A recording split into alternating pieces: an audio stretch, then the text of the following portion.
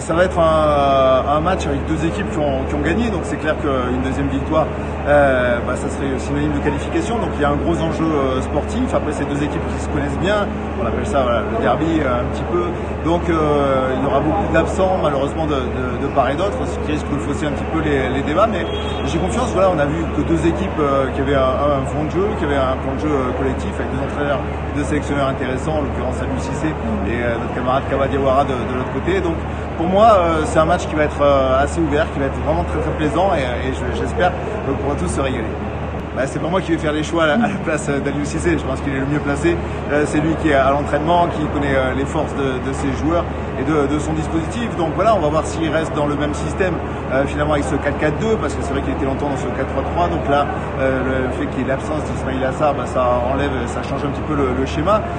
Malheureusement, voilà, il y a des garçons importants en défense comme Koulibaly. Donc est-ce qu'il craint la Guinée? Est-ce qu'il va changer de système?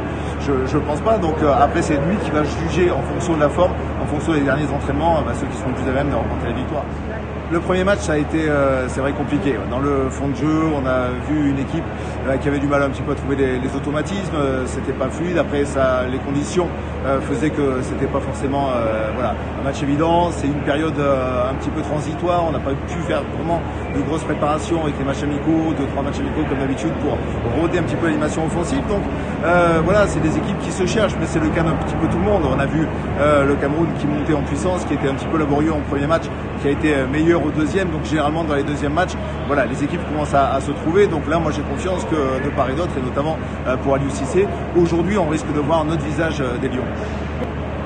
Après, malheureusement, il faut qu'on fasse avec. On a voulu jouer cette CAN. On savait que les conditions seraient particulières. Les sélectionneurs savaient que forcément, il y allait avoir dans la pandémie des joueurs absents. Donc, je pense que c'est une donnée qu'ils ont pris en compte. Et c'est peut-être une chance. Moi, en tout cas, j'ai envie de voir ça comme une chance, parce que ça veut dire que, du coup, généralement, quand il y a un sélectionneur qui a une équipe qui gagne, il y a son 11 et c'est quasiment les mêmes 11 qui vont jusqu'à la fin, à part une grosse blessure.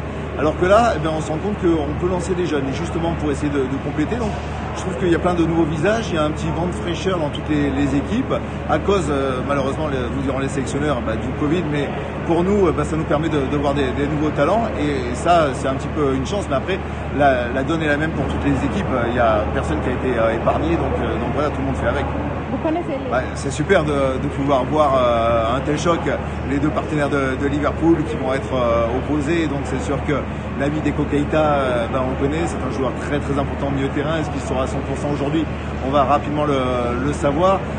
Il faudra freiner Sadio Mané. C'est lui qui connaît le mieux, évidemment, Sadio, qui connaît tous ses dribbles, toute cette façon de se déplacer, son jeu sans ballon. Donc je pense qu'il va largement indiquer à ses défenseurs comment essayer de stopper Sadio Mané. En tout cas, ces deux garçons qui se connaissent, ces deux garçons qui ont un talent monstrueux. Donc normalement, avec deux artistes comme ça sur la pelouse, déjà ça, c'est un duel dans le duel.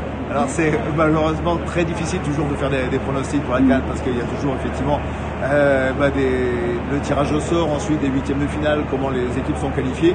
Beaucoup évidemment voient l'Algérie aller au bout. C'est vrai que l'Algérie a commencé par un match nul 0-0. Eux aussi, ils ont eu beaucoup de problèmes dans leur entame, mais ça c'est traditionnel chez les Fennecs. Le Cameroun, ils sont à domicile, et hier ils ont fait grosse impression, même si c'était que face à l'Éthiopie. Mais je pense que le Cameroun à domicile sera, à mon avis, forcément dans le dernier carré. Et le Sénégal a progressé également.